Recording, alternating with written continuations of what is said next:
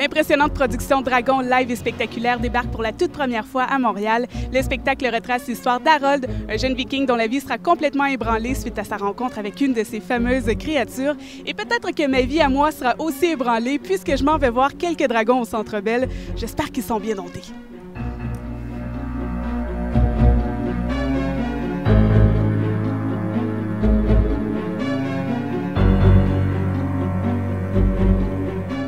Marc-André, je suis un peu comme une enfant aujourd'hui, ça m'impressionne vraiment ces grosses bêtes-là. Ah ouais, et tu vois comme les détails sont réalistes, c'est vraiment vrai. T'sais, la raison pour laquelle ça se fait aussi en aréna, c'est qu'on ne peut pas les amener à l'extérieur. La pluie pourrait les endommager. C'est vraiment du cinéma, hein? C'est de la patine, c'est des petits détails. Hein? C'est magnifique. Est-ce qu'ils sont bien domptés ou il y a des chances que je sois mangée ou... Je vais te donner un secret, c'est qu'il faut trouver le sweet spot. OK? Alors, sous le menton, tu le chatouilles ici, et là, il va devenir gentil. Sinon, les belles filles, habituellement, il fait juste les brûler légèrement. C'est les caméras, méfiez-vous, parce que les caméras, ils en raffolent. Quelle est la partie que tu préfères dans le spectacle? En fait, moi, ce que j'aime, c'est l'amalgame des différentes disciplines.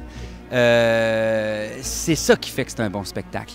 Tu as un écran immense, hein? C'est 2 écrans IMAX. Quand tu regardes le décor devient l'écran. Il y a des projections là-dessus. Les comédiens sont aussi des acrobates. À un moment donné, il est accroché, nous on le sait, qu'il est accroché par un fil, mais il se met à marcher sur l'écran un peu partout. C'est digne du Cirque du Soleil. Et qu'est-ce qui fait qu'il peut bouger? Bien, il y a une fille derrière nous autres dans la tour de contrôle, là-bas. Elle enfile un gant qui est une manette de Nintendo des temps modernes et elle peut tout animer la bébite avec ça. C'est ce qui fait que peut-être il nous entend. Parce que je soupçonne qu'il sait qu'on parle de lui. Oh! C'est impressionnant.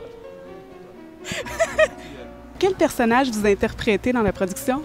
Je suis Bodicia, je suis l'une des adolescentes du groupe d'amis d'Hiccup et Astrid. Moi, je joue le rôle de Morvik, un ami aussi de Harold dans le spectacle.